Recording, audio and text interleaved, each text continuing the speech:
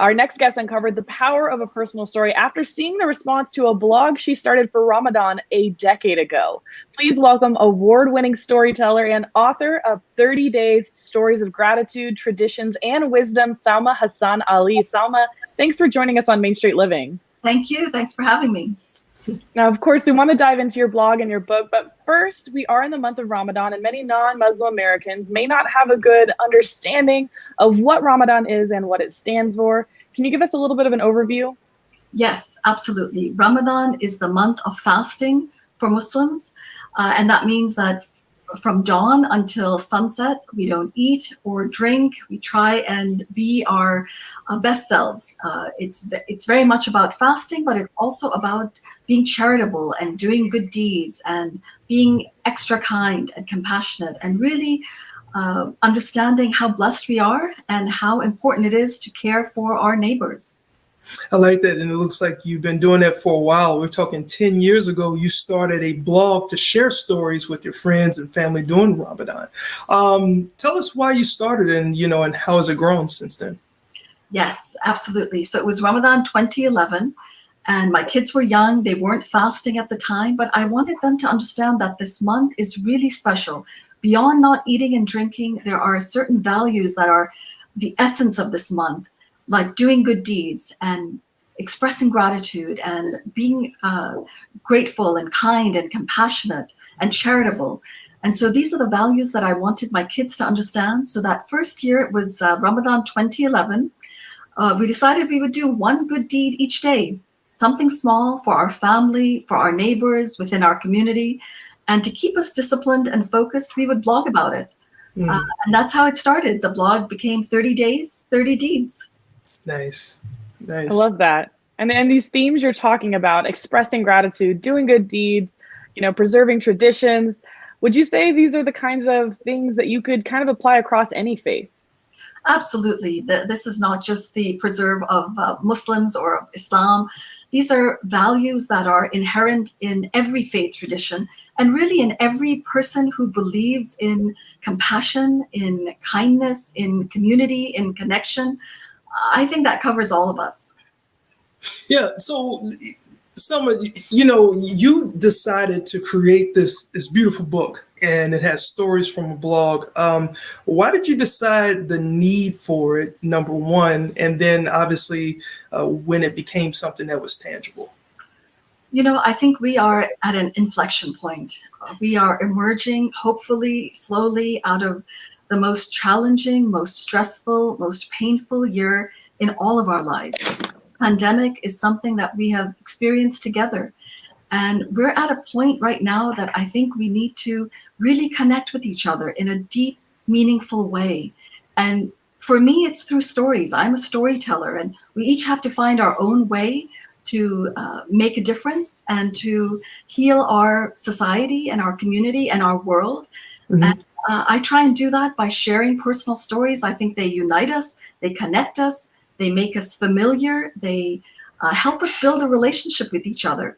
And we can focus on what we have in common, which is so much. Most fundamentally, we are all human beings, and our human stories bring that to light. Yes, they definitely do.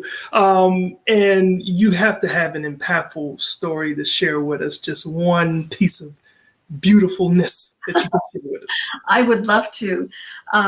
One story that certainly has a lot of meaning for me, it was during the year that we were collecting 30 wisdoms from our elders. And this is something that my mom shared with me when I was young. I continue to think about it, share it with my own kids, and I'll read a little bit of it.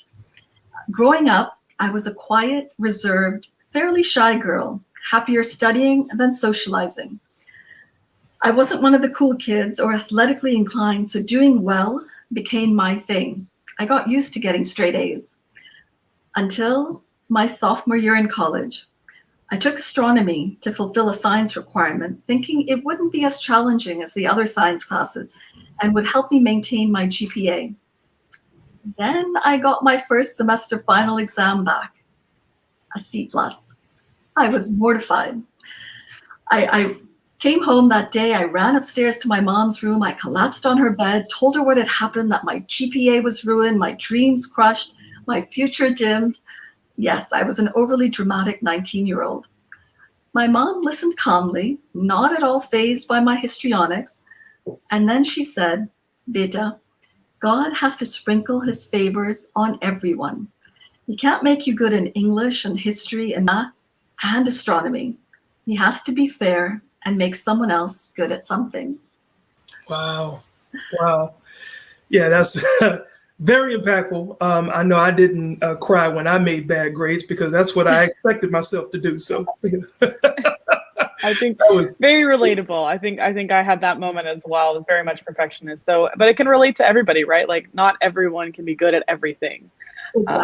And that's I hope what the beauty of the blog and this book really is that it takes place during Ramadan.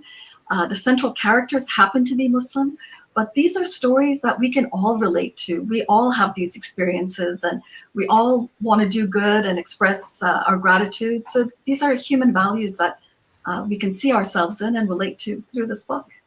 Right. It's like you said, you have Ramadan, this time of year to take a moment and really focus on gratitude. And that's something we can all do, whether we are, Muslim or not.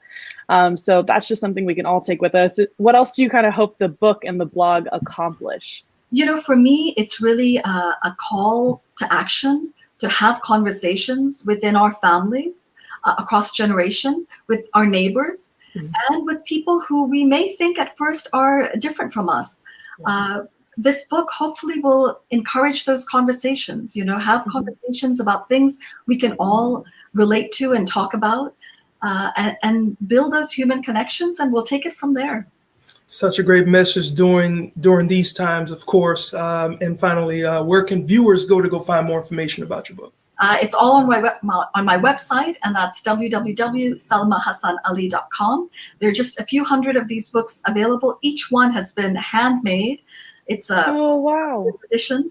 It has some beautiful art. So yes, please join me on my website if you're interested. Awesome. Thank you so much for being a part of the show, and thanks for sharing those inspirational moments as well. My pleasure. Thank you for having me.